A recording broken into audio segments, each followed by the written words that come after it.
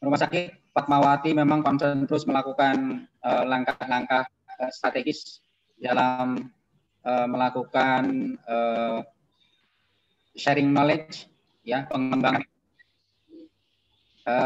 terkait dengan hal tersebut. Tentunya saya dari bagian Diklit sangat mengapresiasi sekali terkait dengan kegiatan ini. Mudah-mudahan ini menjadi sebuah kegiatan yang terus dilakukan tahun-tahun berikutnya. Kita harapkan para peserta dapat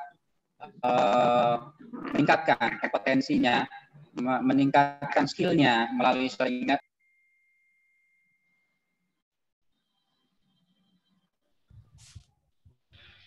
Pak Aziz, mohon dibuka mute-nya, masih termute itu. Halo Pak Aziz.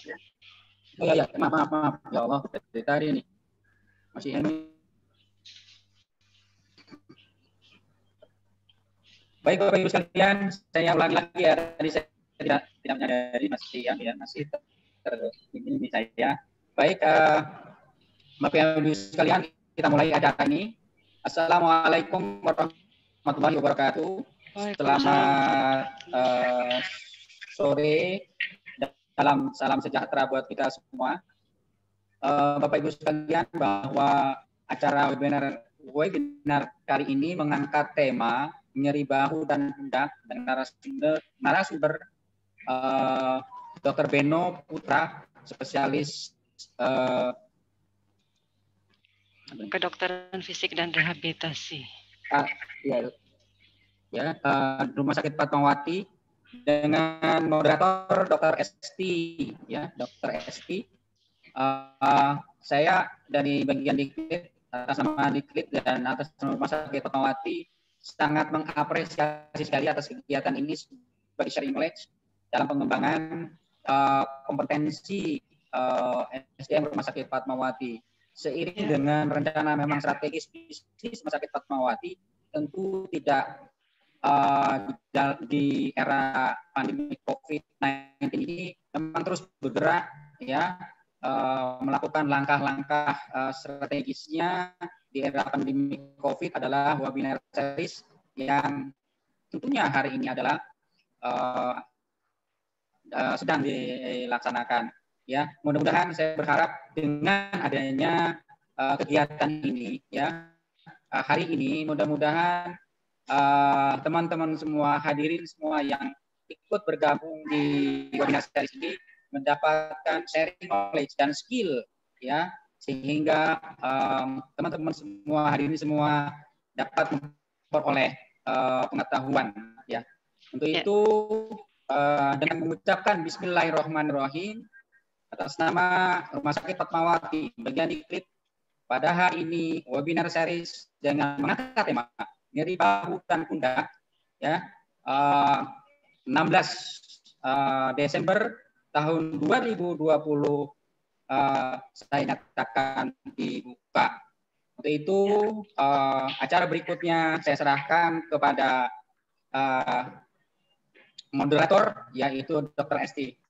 Ya, terima kasih. Silakan, Dok. Terima kasih Dr. Abdul Aziz. Ya, saya serahkan. Assalamualaikum warahmatullahi wabarakatuh. Waalaikumsalam warahmatullahi wabarakatuh.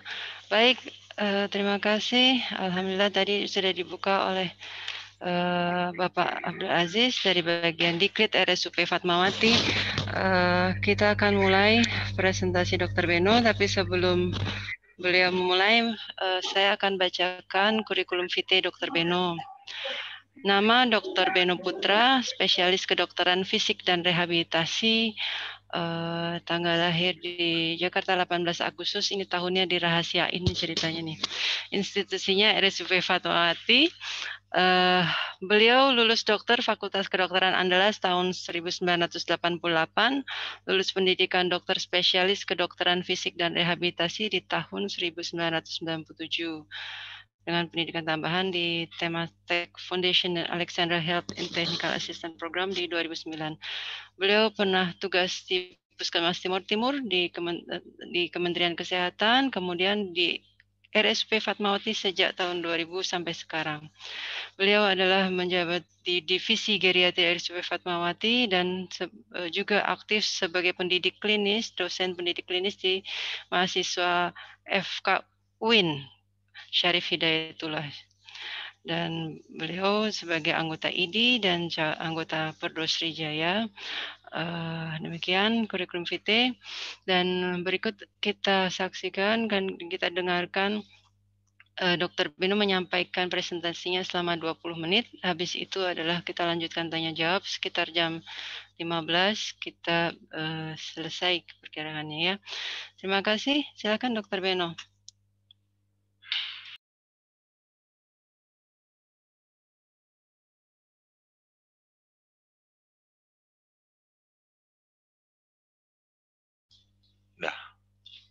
Lupa nama geriatri.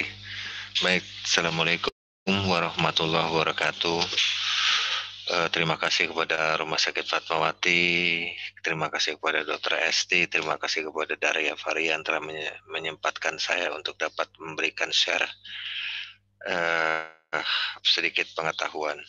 Mudah-mudahan pengetahuan ini semua bermanfaat buat kita semua dan kita dapat bermanfaat untuk orang lain. Baik, bismillahirrahmanirrahim. Kita mulai.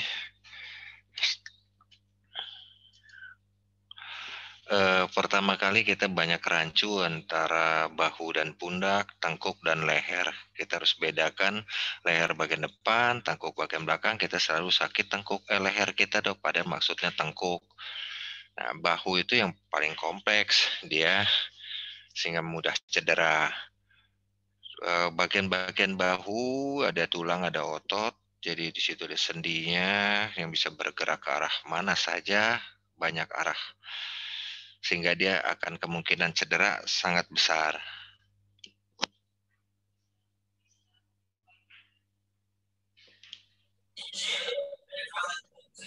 Ini kan pakai kursor. Ada tuh kan. Lanjut, di sini ada gambar tentang bahu, gimana kita melihat kompleksnya banyak sekali persatuan artinya bersatunya tulang, sendi, tulang dengan otot, dengan jaringan-jaringan yang lain, dan itu akan membuat kita mudah untuk cedera, baik cedera yang ringan maupun cedera yang berat. Ini juga gambar, kita lanjutkan saja. Ini adalah otot-otot yang sering di pundak itu, sering sekali terkena gangguan. Gangguannya macam-macam. Nanti kita akan bahas satu persatu. Di situ ada juga faktor stres, ada MTPS, ada masalah gigi. Nanti kita cerita. Nah, nyeri otot itu problem medik yang sangat mengganggu aktivitas. Kualitas hidup kita sangat menurun ketika kita sudah ada nyeri otot karena kita jadi bergerak jadi sulit. Nyeri otot dan pegal dua hal yang berbeda, kita harus bedakan. Rasa pegal itu timbul karena penumpukan asam laktat. Tapi kalau udah nyeri, biasanya sudah ada terjadi kerusakan pada bagian-bagian tertentu di tubuh kita. Pegal-pegal ada pertanda tubuh kita sudah terlalu letih. Dia sudah memberikan, jadi tidak ada satupun Allah memberikan kita suatu gejala tanpa ada tanda-tanda terlebih dahulu. Cuman kita lalai, kita abai terhadap tanda-tanda tersebut. Sehingga kita kemudian terjadilah suatu penyakit pada tubuh kita. Di mana misalnya kita udah suruh istirahat, kita masih ngotot juga. Wis gimana ya? Nah, nyeri bahu. Apa sih yang nyeri-nyeri bahu itu? Banyak sekali nyeri bahu yang kita bicarakan, tapi nanti kita akan satu-satu saja. Ada tendinitis, yaitu radang daripada tendon. Tendon apa itu tendon? Tendon itu adalah ujung daripada otot. Kalau kita lihat tadi, misalnya di sini ada tendon, ini juga ada tendon, ini ototnya. Kalau jadi ujung-ujung daripada ini adalah tendon-tendon yang gampang cedera. Tapi kalau sudah rusak, kalau sudah ada cedera, dia susah lama sekali sembuhnya. Berbeda dengan otot. Makanya kita menghindari sekali cedera daripada tendon. Jadi tendinitis, bursitis dari bursanya akibat yang berlebihan. Nah, bisa juga karena penuaan, karena proses umur kita, atau karena ada luka memar, ada dislokasi. Nah, ini yang semuanya kita jangan sampai ketemu ini, karena ini mesti segera dibawa ke rumah sakit.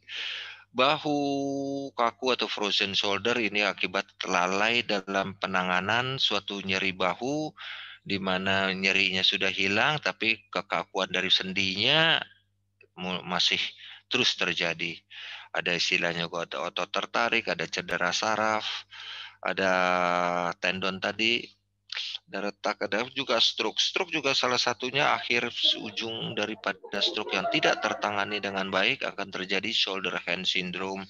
Itu juga nyeri pada bahunya.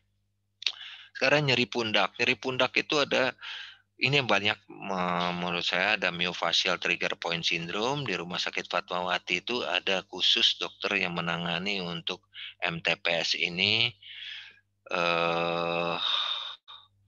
Kemudian ada impaksi. Kita sering lupa, banyak sekali masalah gigi, terutama bukan hanya gigi berlubang atau gigi yang sudah hancur, tapi ada gigi anak muda, misalnya umur 20-an, 25, 30, 35, itu mengalami gangguan di pundak, di tengkuk, bahkan sampai punggung atas, bahkan sampai punggung bawah, bahkan bisa timbul vertigo. Ini karena gigi yang tidur itu, gigi paling belakang, geraham yang paling belakang yang nggak tumbuh-tumbuh, dia menabrak. Samping saya lupa ngasih gambarnya di sini. Kemudian juga OR cervix, impaksi M3 ini banyak pada anak-anak, orang-orang muda. MTPS ini bisa tua bisa muda. OR cervical di sini biasanya udah dengan umur sudah mulai lanjut, sudah 50 ke atas, 60 ke atas. Nah, psikologis ini juga saya sering menemukan dia tidak ada apa-apa, tapi tengkuknya, pundaknya, bukan tengkuknya, pundak dan tengkuk juga kaku, tegang. Hanya dia butuh relaksasi. Sayangkan kalau dia hanya minum obat aja, padahal dia hanya perlu relaksasi mengatasi masalah psikologisnya. Kemana tuh? Cedera penyebab yang paling sering. Dari tadi gejala-gejala yang tadi, cedera paling sering. Cedera bahu umumnya didapatkan saat jatuh atau kena pukul, tertarik. Ada kalau kita di mobil, kita sering mengambil barang-barang kita di bangku belakang. Itu sering sekali terjadi cedera di bahu. Biasanya kita duduk di depan, kita mengambil barang di belakang tuh. Apalagi mengambil gantungan baju kita. Nah, itu yang sering terjadi. Cedera-cedera yang kita tidak sangka, atau juga bisa nanti kita bahas di repetitive strain injury. Jadi ada gerakan-gerakan yang benar, cedera itu bisa terjadi dari gerakan yang salah, tapi ada juga gerakan yang benar tapi berulang-ulang. Nah, itu akan terjadi juga cedera daripada otot-ototnya. Banyak sih gejala tanda-tanda atau gejala-gejalanya. Ada yang ya rasa sakit, nyeri, semutan, kelemahan, baal, macam-macam. Tergantung apakah kena sarafnya. Kalau kena sarafnya ada namanya CRS, cervical root syndrome, dari tengkuk itu, maka tangannya bisa kesemutan dan nanti harus dibedakan dengan CTS lagi. Dislokasi bahu kita nggak usah banyak bicarakan, ya. Dislokasi bahu itu pasien sangat kesakitan dan terjadi lekukan akibat suatu cedera, satu, kedua sangat kesakitan, ketiga adanya pergeseran daripada bahunya, itu segera jangan diapa-apakan, jangan bawa kemana-mana, bawa ke UGD, selesai. Apa yang harus dilakukan oleh dokter? Ya biasanya kita menentukan diagnosa, yaitu melakukan pertanyaan-pertanyaan, kita melakukan pemeriksaan, baik langsung fisik, laboratorium, kemudian kita pemeriksaan ronsennya, misalnya radiologinya, misalnya ronsen untuk melihat apakah kelainan tulang atau sendi. Tapi kita tidak bisa melihat di sini ada ronsen, udah di ronsen dok, tapi nggak kelihatan kalau yang cederanya daripada otot. Ya ronsen hanya melihat daripada si tulang-tulangnya saja. Bisa kalau untuk lebih lanjut USG ya ini baru USG, CT scan atau MRI itu untuk jaringan lunak. Nah tadi kalau jaringan yang tulang tadi kita bisa lihat pakai ronsen. EMG untuk kita memastikan kerusakan apakah ada saraf-sarafnya terganggu apa tidak. Tadi saya bilang tadi CRS kita bisa rujuk ke bagian saraf. Kemudian kita mulai menentukan obat-obatannya. Nah, tindakan apa yang perlu kita lakukan. Nah, kemudian nanti bisa dilakukan fisioterapi, tapi juga bisa sampai ujung-ujungnya sampai operasi. Nah, ini kita bicara tentang repetitive strain injury tadi. Jadi cedera itu bisa dari gerakan yang salah, tapi ada gerakan benar yang berulang-ulang. Nah, ini yang terjadi repetisi. Misalnya CTS ini, CTS orang banyak ngulek, banyak penggunaan komputer, orang yang tukang cukur rambut, itu banyak kena CTS, golfers elbow, tenis elbow, itu juga pemain-pemain sering kena. Kita lihat orang pekerja kantor tuh tengkuknya yang masalah, jadi karena makanya saya membahas sekarang ini masalah tengkuk atau pundak atau bahu. Penyebabnya ya kita sering tuh tadi komputer, supir, dokter gigi yang juga banyak sekali. Kemudian pengulangan gerak atau ada gerakan misalnya tukang bajai itu vibrasi itu lebih dahsyat rupanya. Tukang bajai mau kita turun bukan tangan kita yang bergetar, badan kita ikut bergetar semuanya. Gerakan pasah, posisi salah atau satu posisi yang lama udah benar kita tapi lama di posisi gitu. Nah, biasanya kalau kita tidur, kita kehimpit tangannya, besok pagi salah bantal. Kita diajarkan untuk menuduh terus pada orang. Salah bantal pada kitanya yang salah. Nyeri otot tidak harus disebabkan oleh aktivitas fisik yang berat. Ini penting. Ya ringan-ringan aja, tapi karena berulang kita jadi kena. Menunduk, menoleh terlalu lama. Ini contohnya apa? Megang remote pegang HP. Pegang HP ke kuping terlalu lama, udah dikasih kode, udah mulai panas tuh HP-nya, masih asik juga. Bukan panasnya HP sama dengan ototnya mulai capek otot kita. Pegang remote control bukannya ditaruh, dipegang aja terus. Nyeri otot juga dapat timbul akibat efek samping obat. Ini buat teman-teman sejawat. Tadi impaksi daripada M3 kita udah bicarakan tadi gigi. Jadi kalau ada anak-anak kita yang belum tumbuh sampai umur 30 segera, atau ada anak saya semua empat-empatnya dia tidur, terpaksa harus dioperasi. Nah, saya kasih asam urat ini apa sih maksudnya asam urat ini? Teman sejawat banyak mengatakan asam urat di siku kena sakit, asam urat di pinggang sakit, asam urat di lutut sakit, asam urat hanya ada di pangkal jempol kaki atau di punggung kaki. Kalau ada kebetulan asam urat yang lain itu adalah tanda hiperurisemia, tapi tidak sampai sakit pada sendinya, itu hanya di pangkal jempol kaki.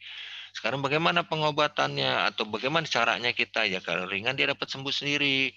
Kalau nyeri otot seringkali berlanjut jadi nyeri kronik dengan lama didiamkan. Wah, kalau udah kronik itu susah. Apa sih sebenarnya terjadinya hal-hal di pundak ini? Poor postur kita yang biasanya yang anterior atau postur ke depan, postur bongkok ke depan, bongkok ke depan, atau teknik-teknik yang salah dalam bekerja. Kemudian tadi gejalanya apa? Gejala nyeri pada punggung atau pundak, bahu, pergelangan tangan, bisa macam-macam. Tergantung dari tadi penyebabnya apa. Kalau penyebabnya daripada gigi itu bisa ke semuanya tempat. Kalau di cervicalnya saja di tulang-tulang tengkuknya itu hanya dia di daerah situ. Kecuali kalau kena kejepit lagi sarafnya. Kemudian ada rasa lemah, ketahanan yang menurun, kekakuannya, nyeri tekan di situ. Apa yang harus kita lakukan? Mengerti dulu. Pertama kita harus ngerti dulu penyakit yang kita derita. Kan nggak ngerti kita nggak akan ikut serta dalam pengobatannya. Kemudian dalam keadaan akut kita lakukan ini singkatan REST, jadinya rest istirahat, dikompres, terus ini dibalut tekan, compression itu balut tekan, dan elevation ditinggikan. Bisa juga kita self medicated, yaitu kita misalnya ibu-ibu kita ngasih jamu tertentu, misalnya kasih yang memanas ya, parutan jahe lah segala macam. Fisioterapi bisa dikirim kepada kami di bagian fisioterapi dan diberikan alat-alat bantu kalau perlu untuk di lehernya atau di tangannya. Dan kita berikan terakhir bisa dilakukan obat-obatan dan bedah. Ini jadi gimana kalau mengerti penyakit yang diderita? Merubah pola hidup. Berarti apa merubah pola hidup itu? Bagaimana kita mengatur gerakan-gerakan kita yang benar ya. Kalau misalnya membungkuk, berwudu harus membungkuk. Tidak boleh membungkuk, tapi harus duduk. Karena memang sunnahnya berwudu adalah duduk. Kalau pakai celana harus duduk. Nah, dengan demikian kita akan mencegah. Kalau kita penyakit itu kita obati, dia akan datang lagi. Tapi kalau kita mengerti tentang penyakitnya, mengerti tentang penyebabnya, maka kita menghilangkan penyebab pertama. Kemudian kita harus minimalisasi gerakan yang berlebihan. Misalnya kita udah tahu nih mau naik tangga gitu, kita berulang-ulang, kita nanti atur berapa kali pergi ke sana ke atas ke bawah, mencegah gerakan yang tidak tepat. Misalnya kita mau berputar mengambil barang, kita mesti berputar penuh badan kita menghadap, tapi sekarang kita malas berputar, cuman bagian atas saja yang berputar ke belakang. Itu karena ada faktor yang utama adalah malas. Alat khusus yang adaptif, ini penting. Bagaimana alat-alat khusus yang bisa membantu kita, meringankan kita, desain ruangan juga penting. Untuk bahu, cara pakai bantal ini sangat penting. Kita biasanya bahu kita berada di atas bantal. Caranya, bantal itu kita tarik, pegang kedua ujung bantal, kemudian kita tarik, masukkan ke bawah bahu, pundak, di bawah tengkuk. Jadi tengkuk itu yang disangga tengkuknya. Jadi nanti begitu kita lepas ujung-ujung dari bantalnya itu, maka bantal itu bisa berada di atas bahu kita, ujung-ujung bantal. Ada senam khusus. Senam ini apa sih pentingnya senam ini? Rupanya dalam penelitian itu dikatakan bahwa begitu dia orang ini senam bukan justru tambah sakit, tapi justru meringankan rasa sakit. Jadi dia membuat nilai ambang dan toleransi terhadap nyerinya. Nah, apa sih pentingnya senam itu tadi? Karena kalau otot nggak dipakai atau otot yang tadi salah karena repetisi, maka dia akan melakukan suatu mekanisme pertahanan. Apa itu pertahanan? Dia langsung mengeras, memendek, menegang. Dan ini akan justru satu bisa memudahkan cedera atau menambah cedera, bertambah jelek jadinya cederanya. Tujuan senam khusus sudah banyak kita bahas, ini aja. Senam khusus maka memperpanjang sesi pemanasan.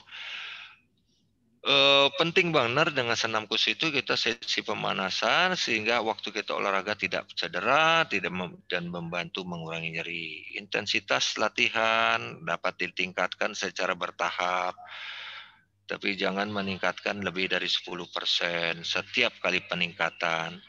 Maaf Dokter Beno, 5 menit lagi boleh ya? Boleh. Cepat. Oke.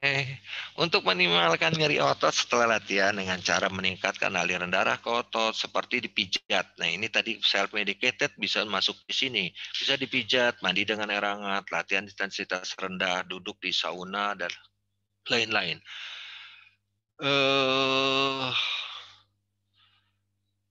Lanjut sini aja.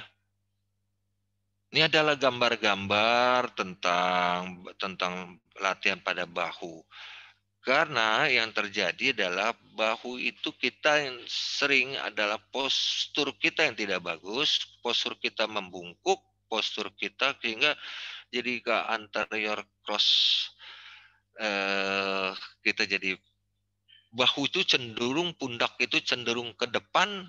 Nah, ini makanya dibuatlah posisi-posisi untuk mengembalikan dan posisi si bahu dan postur di depan kita, dada kita, pundak kita. Ini ada banyak gambar-gambar lain, bisa diikuti satu persatu. Walaupun kita ini perlu diingat dari gambar-gambar ini yang tadi anterior crotch, latihan postur dulu yang bagus bagaimana. Kemudian yang gambar kanan ini adalah kalau ketika kita nyeri pundak terjadi kapsulitis pada diri sendi bahunya atau tendinitis, kita latihan ini finger leader naik ke atas jarinya, tapi jangan dikibulin, naik ke atas tapi bahunya kita miring ke bawah, tidak boleh. Ini badan kita tetap lurus, bahu kita aja yang naik ke atas ininya, tangan kita, lengan kita. Bahu harus tetap di sini, jangan bahunya berubah naik ke atas. Berhasil tapi kita nggak ada guna. Ini latihan-latihan lagi. Sebenarnya semua ini tergantung daripada kemauan kita untuk latihan. Kalau kita mau untuk latihan, menahan sedikit rasa nyeri.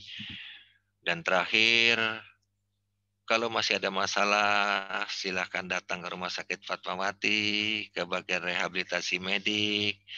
Siap menerima setiap hari, Senin sampai Jumat. Kami siap membantu semua. Dan terakhir lagi, jaga semoga kita bermanfaat untuk orang lain. Jangan sakit, apalagi kena COVID.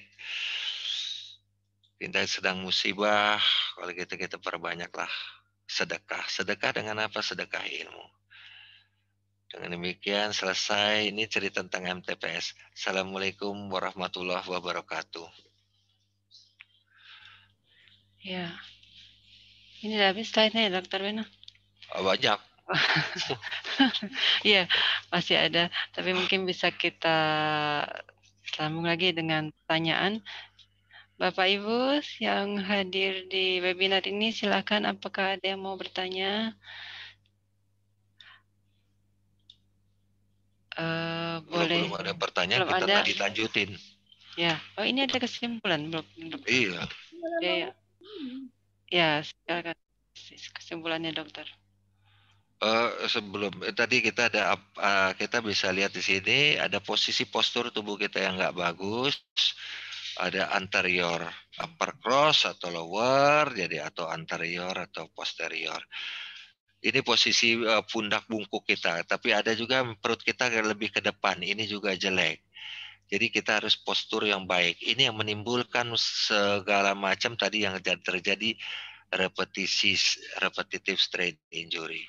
Kesimpulannya, dengarkan kata tubuhmu dan hindari kebiasaan buruk. Maksudnya apa? Bahwa Allah itu kasih kita peringatan. Allah itu kasih kita udah kode-kode bahwa kita udah salah, tapi kita lanjut terus, maka akan terjadi sakit. Solusinya selalu ingat pada posisi yang benar. Nggak apa-apa kita lupa, tapi kita tahu bahwa sebenarnya posisinya harusnya gini. Kita bisa rubah. Postur tubuh merupakan faktor yang sangat penting dalam menimbulkan RSI. Di tempat kerja kita harus kita atur tadi desainnya gimana. Dan posisi tidur kita yang benar. Pada waktu kita istirahat justru otot-otot kita bekerja. Nah, ini yang salah. Pada waktu kita istirahat tidur, otot-otot juga harus istirahat. Berarti dia harus tahu tempatnya bagaimana. Terima kasih. Semoga bermanfaat. Assalamualaikum warahmatullahi wabarakatuh. Ya, Banyak ya yang kita dapatkan dari Dokter Beno tadi. Ada masalah nyeri bahu dengan penyebab yang macam-macam. Dan tata laksana termasuk yang latihan-latihan gerak tadi ya, ibu-ibu dan bapak-bapak sudah lihat gerakannya. Apakah ada yang dari peserta ini ada menderita nyeri bahu, pegal, apakah ada yang belum tertangani dengan baik? Silakan, kita masih bisa kesempatan konsultasi, silakan dibuka. Saya mau nanya. Ya, siapa? Oh, Ibu Arzilianti. Ya, silakan Ibu. Ya, Assalamualaikum warahmatullahi wabarakatuh. Dr. Beno, tangan saya dari Geriatri Fatmawati. Ini tangan saya yang sebelah kanan itu sakit kalau diangkat ke atas.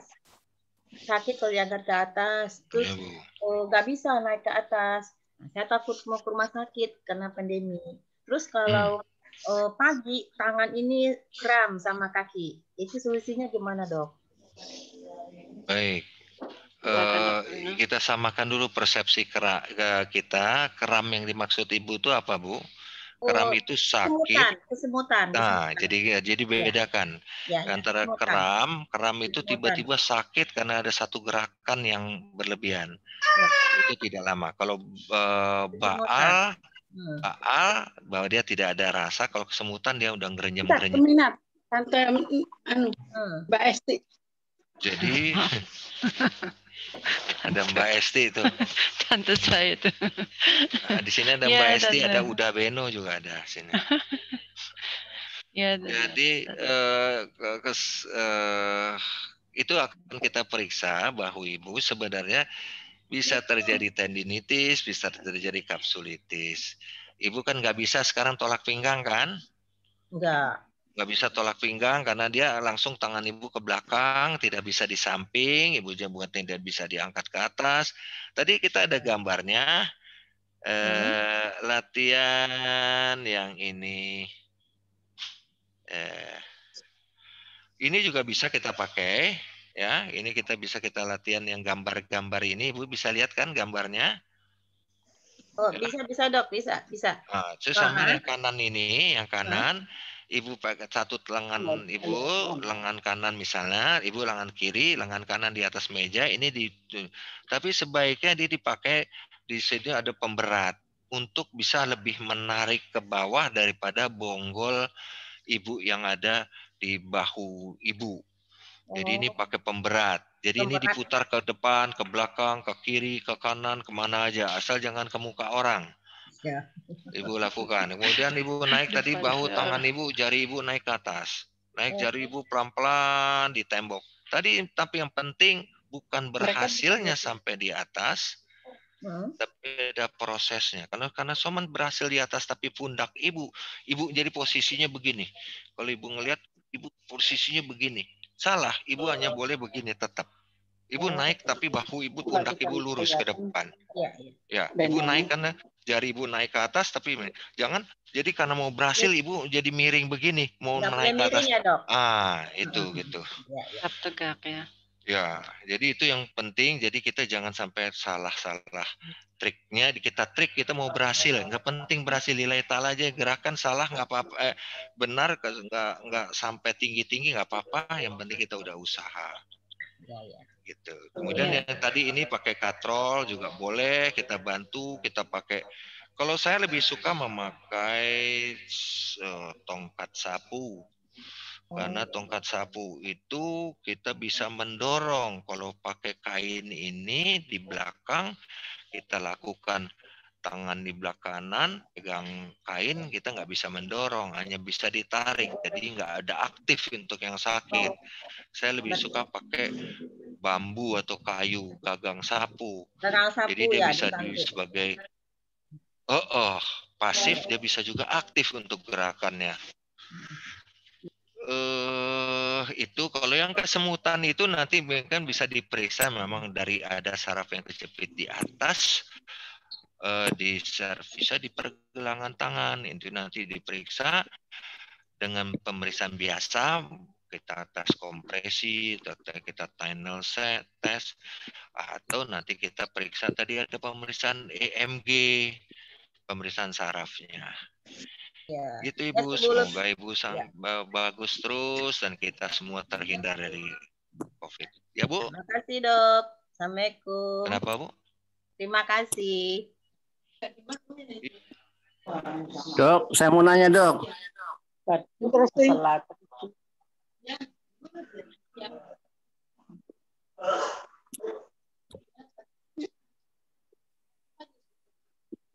Ya. Dok, saya sudah 1 minggu. Sebentar Pak ya. Tadi saya mau nanya Bapak Ibu Sri Hardi.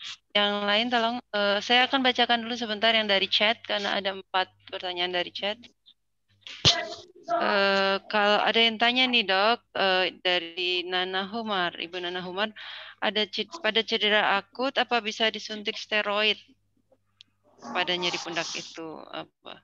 Ya. Nah, perlu tidaknya disuntik steroid? Ada abang lagi nih.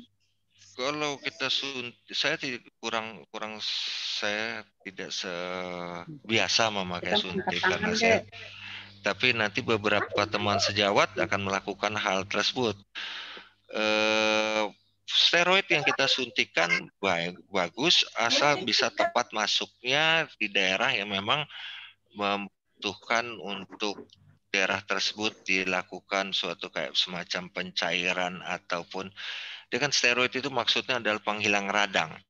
Ya. Jadi kita berikan di lokasi tempat suntikan. Saya setuju, tapi saya tidak melakukan itu. Jadi kalau ada indikasi peradangan ya Dok ya. Ya. Kalau itu jadi atas indikasi. Ada pertanyaan lagi, kompresnya dingin atau hangat kalau ada nyeri pundak?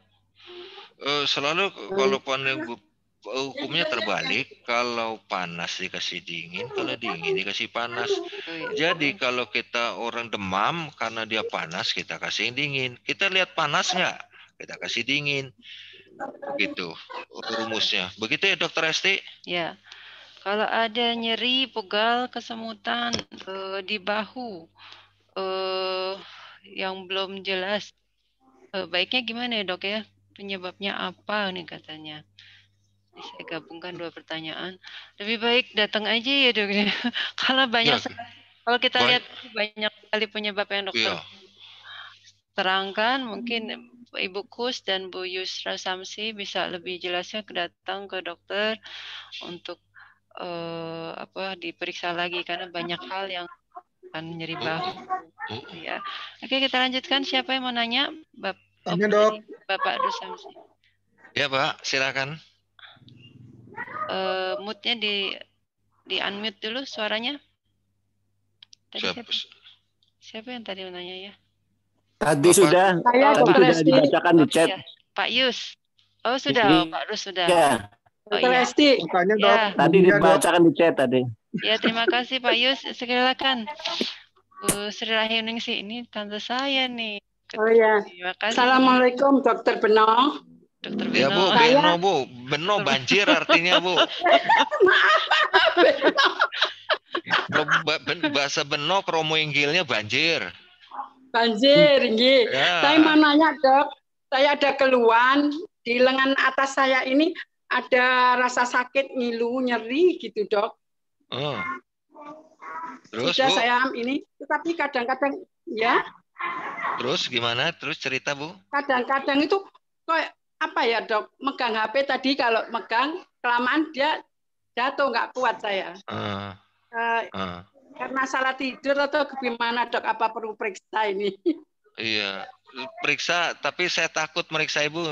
Ibu lebih bagus periksa ke bos saya. Bos saya namanya Dokter Esti.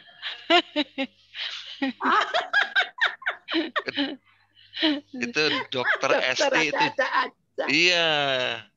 Dia itu nanti saya takut saya anak buahnya Bu.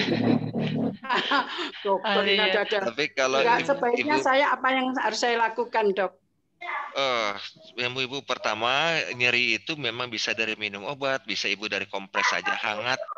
Di situ kalau baru cedera Ibu pakai kompresnya dingin. Ya, pakai yang dingin. Tapi kalau baru cedera, berapa lama yang dibilang dingin itu ya berapa 2-3 hari lah. Habis itu mulai ibu pakai kompres panas. Tapi kalau baru cedera betul, ibu pakai kompres dingin. Kemudian ibu bisa jangan memang tergantung sih penyakitnya apa, bagaimana kondisinya, baru kita bisa bilang nanti harus apanya. Memang agak susah tanpa kita lakukan pemeriksaan. Ibu nih ada bagian mananya di bahunya atau di pundaknya. 10 cm turun dari bahu. Ya. Di pertengahan lengan atas. Ya. Bagian samping, Dok. Jadi di antara bahu sampai ke siku di tengah-tengah ada. Ya. Sakit di situ. Iya, nyeri. Waktu itu nyeri. malah nggak bisa digerakkan, Dok. Nyerinya karena nyeri ditekan. Kiri, Dok. Nyeri ditekan, baru nyeri atau didiamkan juga nyeri? Kadang, Dok. Terasa. Kadang. Iya. Iya, nanti saya tunggu di Fatmawati saja, Bu. Oke, hari apa, Dok? Jam berapa? Dr. Beno hari Senin. Khusus buat Ibu hari apa saja boleh. Nanti Dr. bilang Beno. aja saya tantenya Dokter Esti gitu. Wah, pasti semuanya takut, Bu. Dr. Beno hari Senin di Fatmawati ya, Senin sama Jumat. Oke, pagi ya. Ya. Sampun. Ya, Dok. Sampun, terima kasih. Monggo. Terima kasih, Dok. Waalaikumsalam. Waalaikumsalam warahmatullahi wabarakatuh. Ya, silakan, Pak. Siapa nih? Ibu Mia, Dokter Esti. Ibu Mia. Oh ya, silakan. Iya. Dari Mohon Ibu izin Mia, ya, Dokter Esti. Ya. Ya, silakan Bu Mia. Selamat siang, Dokter Beno, Dokter Esti. Ya, saya sedang menderita sakit bahu dan tangan. Sudah ditangani sama Dokter Esti. Alhamdulillah sudah agak baik. Namun yang ingin saya tanyakan, ini terjadinya kalau akut sakit itu malam hari dan pagi hari. Kenapa terjadinya pada malam hari dan apa yang harus saya kerjakan kalau terjadi pada malam hari sakit sekali? Mau nanyanya sama Dokter Esti sama Dokter Beno? Dokter Beno ya, Bu ya. Dokter Beno. Oh. Tapi pasiennya Dokter Esti susah saya jawabnya, Bu. Kalau ahlinya Dokter Beno nih, Bu. Silakan Dokter Beno. Ini ya, banyak sekali memang yang keluhan nyeri malam hari ini. Malam itu bisa satu dari, kalau siang kita aktif kita tidak begitu merasakan, tapi kalau malam kita udah tidak ada banyak kerjaan kita boleh merasakan. Satu bisa. Kedua, memang kalau dengan pada kita tambah umur, disarankan misalnya pakai kaos tidur, pakai kaos kaki, leher tertutup itu untuk apa? Untuk menghangatkan sistem tubuh, karena otot-otot kita, saraf kita sudah mulai lebih sensitif terhadap dingin. Jadi kita dengan dingin dia mulai ada timbul memang. Kemudian jadi nyerinya itu kemudian apa misalnya terjadi? Apa yang harus Ibu lakukan? Karena kalau faktornya dari dingin, tadi Ibu bisa lakukan kompres. Kalau Ibu membeli obat, misalnya Ibu beli ada di luar, cari obat yang sifatnya juga panas, dipanaskan. Jadi ada salep-salep yang bisa panas plus obat. Tapi kalau ada lagi selain Ibu kompres, Ibu kasih obat panas, Ibu gerakan tidak ke arah, jangan Ibu gerakan ke arah atas, ya.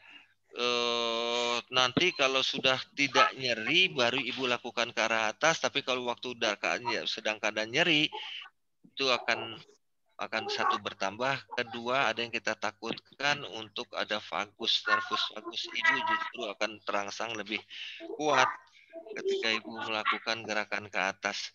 Saya hanya bisa kasih itu, nanti mungkin Dokter Esti bisa kasih tambahan.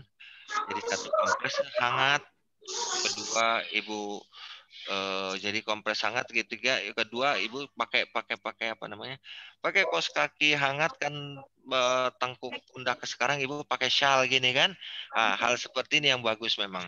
Pakai shawl dan pakai kaos kaki untuk mengurangi rasa dingin karena itu bisa menimbulkan. Sudah, Iram. Terima kasih. Ya, terima kasih Bu Mia. Dan terima kasih Dokter Esti sama Dokter Beno. Ya, sama-sama Bu Mia. Semoga sehat Ibu semua. Sehat ya. Ya, memang sering terjadi nyeri bahu. Cuma memang tadi seperti Dokter Beno jelaskan ada tendinitis, ada radang urat, ada juga pada lansia bisa terjadi ruptur ya Dokter Beno, apa ruptur putus atau urat tendonnya yang menjadi lemah, menjadi rapuh sehingga resiko juga nyeri yang berulang itu juga kita mungkin perlu periksa lebih lanjut. Mohon datang ke berobat kembali untuk pemeriksaan misalnya dilakukan MRI kalau memang belum membaik. Ada yang tanya lagi? Tadi ada tanya ya. Ada lagi yang mau tanya? Kalau misalnya fase lagi akut-akutnya, biasanya ada yang dibawa ke tukang urut nih Dokter Beno. Gimana tuh? Dia nanya. Orang tua kita sebenarnya adalah tukang urut juga. Kita biasa di rumah kita di waktu kecil ini membias nih. Suaranya membias, bergema Pak. Halo? Oh, udah bagus. Ulang lagi. Oke, begini. Jadi kalau kita lakukan pada keadaan kita akut, kemudian apakah boleh diurut? Kalau diurut itu kita tidak tahu persis sebenarnya di mana letak cederanya. Yang akan terjadi banyak kasus yang kita dapatkan ketika diurut, cedera itu akan bertambah. Cedera itu akan bertambah, yang akan bertambah jelek. Kita dapat banyak yang sudah jadi, istilahnya sudah jadi sampah, baru kita dapat. Kita ngobatin, nah, kita jadi sulit untuk mengobatinya ketika penyakit sudah lebih jauh, sudah lebih jelek. Kalau diurut sebenarnya memang tergantung. Orang tua kita juga dulu ngurut kita, cuman kita yang mana yang bisa diurut. Ada sprain strain, jadi ada salah urat, atau urat itu hanya tertarik, atau urat itu tergelincir tempatnya, atau terjadi perubahan sendi.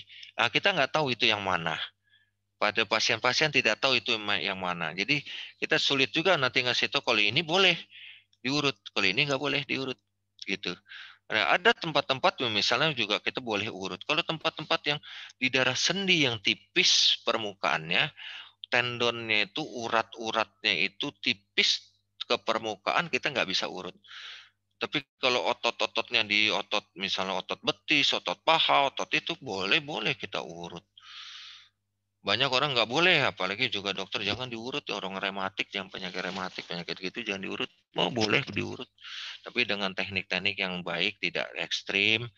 Dan tapi ingat jangan di daerah, misalnya kalau ini di sini di permukaan di sini nih tipis, ini juga tidak bisa kita urut-urut dengan keras itu, karena itu tendonnya ringkih. Oke, silakan Dokter Esti. Oke.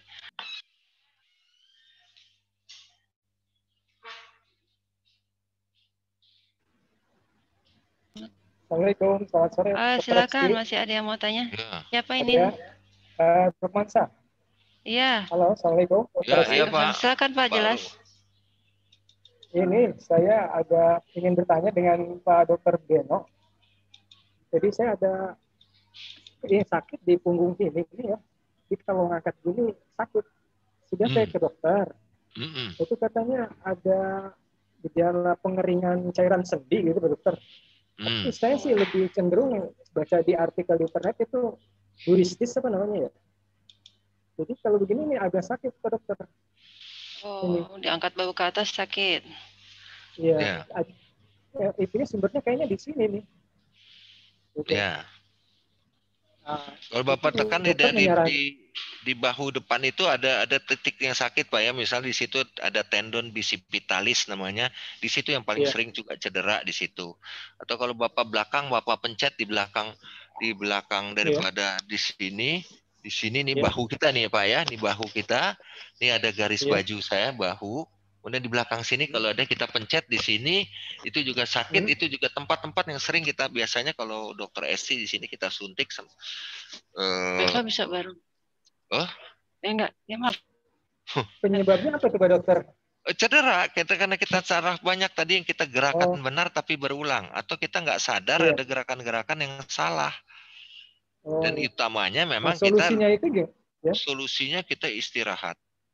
Kita kurangi gerakan-gerakan yang salah tadi. Makanya tadi yang penting sama saya itu bahwa di sini tadi kita mana ya? Dengarkan kata tubuhmu. Kita ya bukan. Ini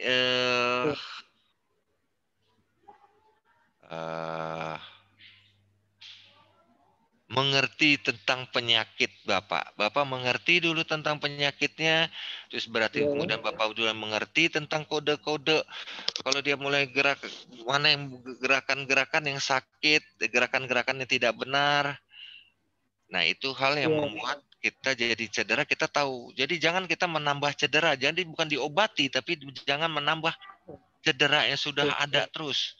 Jadi kalau kita pulang ke rumah hari hujan kita ngelap lantainya terus. Tidak begitu, kita harus betulin gentengnya. Atau kita cari di mana sumbernya. Wastafel yang bocor atau anak kecil yang kencing, ya kita sumbernya itu yang kita permasalahkan. Nggak bisa. Obatnya, ya? Obat. Saya pernah mendapat itu saran dari dokter yang saya itu ternyata dia menyarankan ini kan katanya pengeringan cairan sendi Pak Dokter. Ya. Dia menyarankan pakai itu katanya Wellmove atau Fiostin. Bisa nggak Pak Dokter? Oh, pakai glukosamin Pak ya.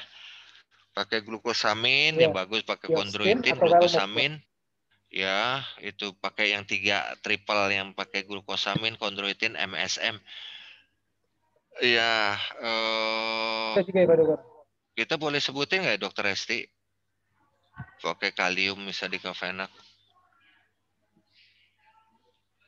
Ya,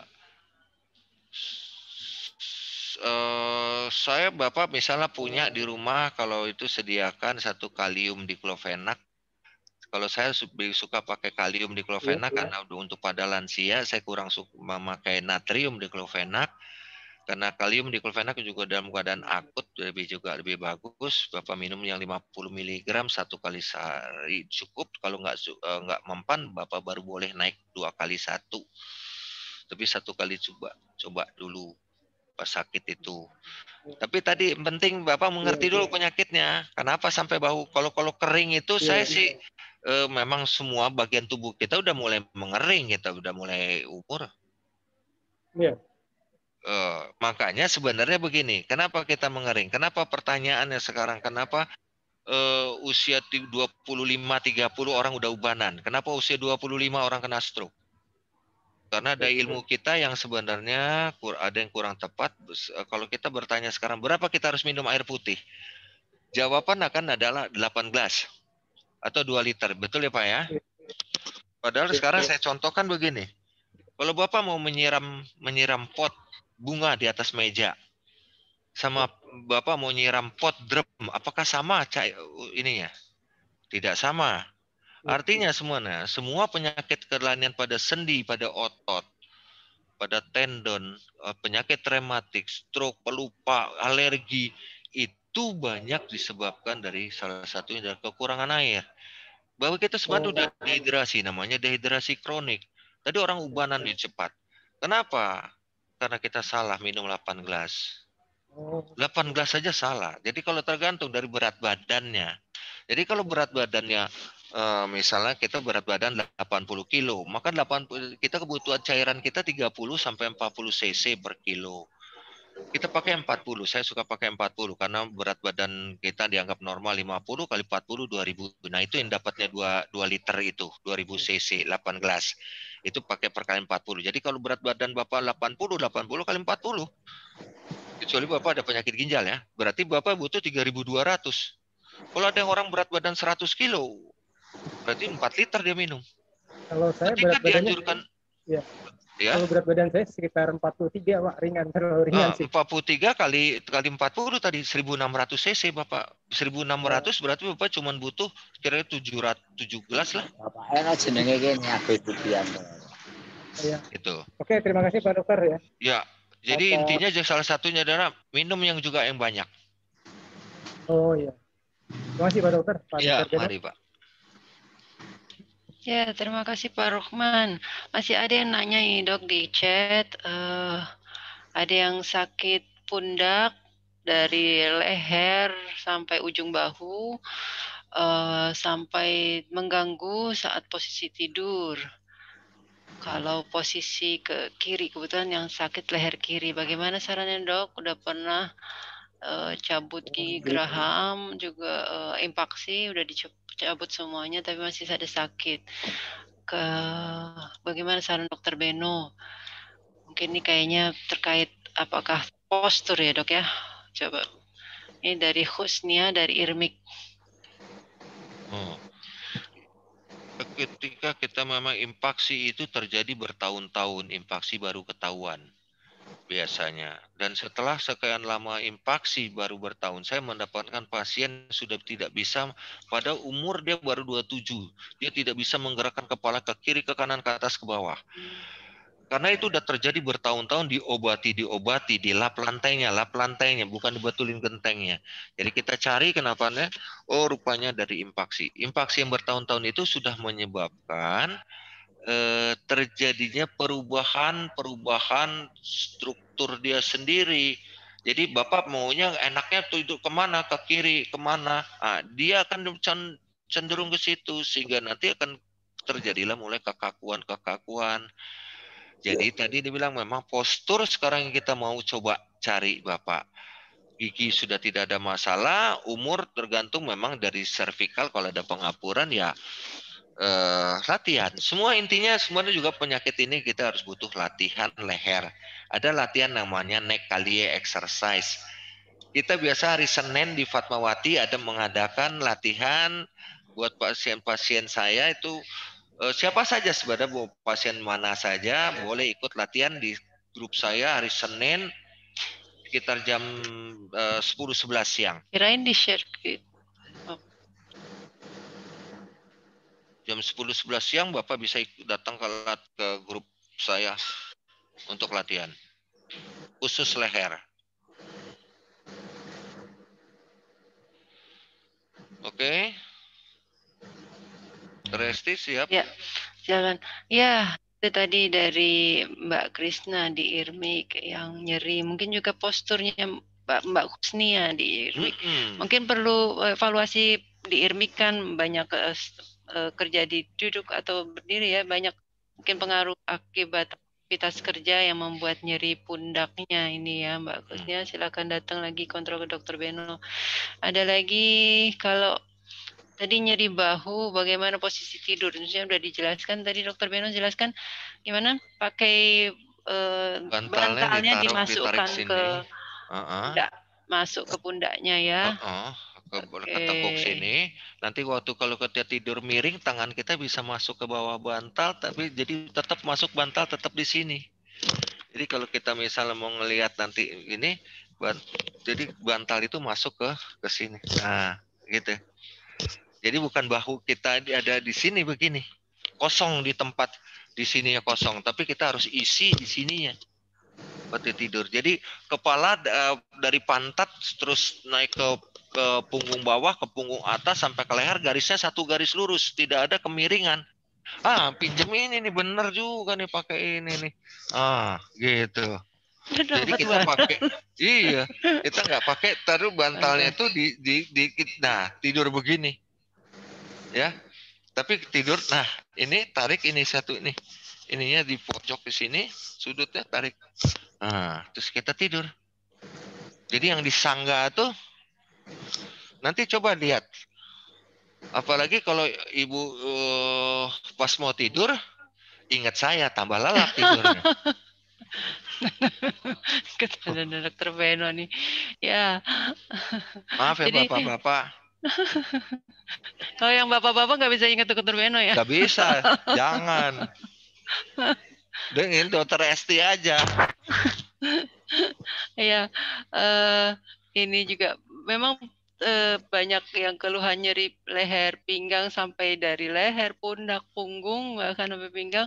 Ini terkait dengan masalah postur selama ini ya, Dokter Beno. Yeah. Walaupun sudah ada yang dipijit masih kaku. Tadi dikatakan nih Pak Hafiz nih kalau tidak dipijit kaku dan sakit ya, berarti memang ototnya sudah lama kaku ya, Dokter Beno ya. Bahkan ini sudah disuntik saya nih masih sakit juga.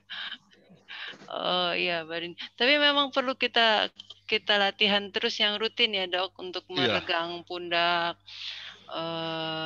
dan supaya juga penting untuk menjaga postur kita supaya tidak menjadi kondisi yang tadi Dokter Beno bilang repetitif, posisi yang salah akan membuat suatu permasalahan di pundak.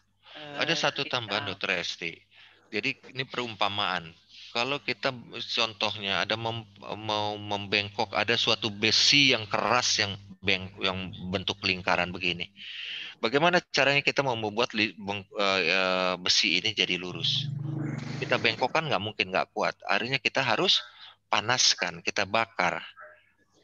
Nah, tapi habis kita bakar, apakah kita diamkan saja dia? Jadi apakah kita fisioterapi 1000 kali kita panaskan tanpa kita exercise, tanpa kita luruskan si besi yang keras tadi, otot yang kaku tadi kita lenturkan, bukan itu cuma dimudahkan untuk digerakkan dengan fisioterapi itu. Jadi ingat, untuk Bapak fisioterapi bukan itu segalanya, tapi Bapak akan dapatkan harus habis sesudah itu harus latihan yang baik.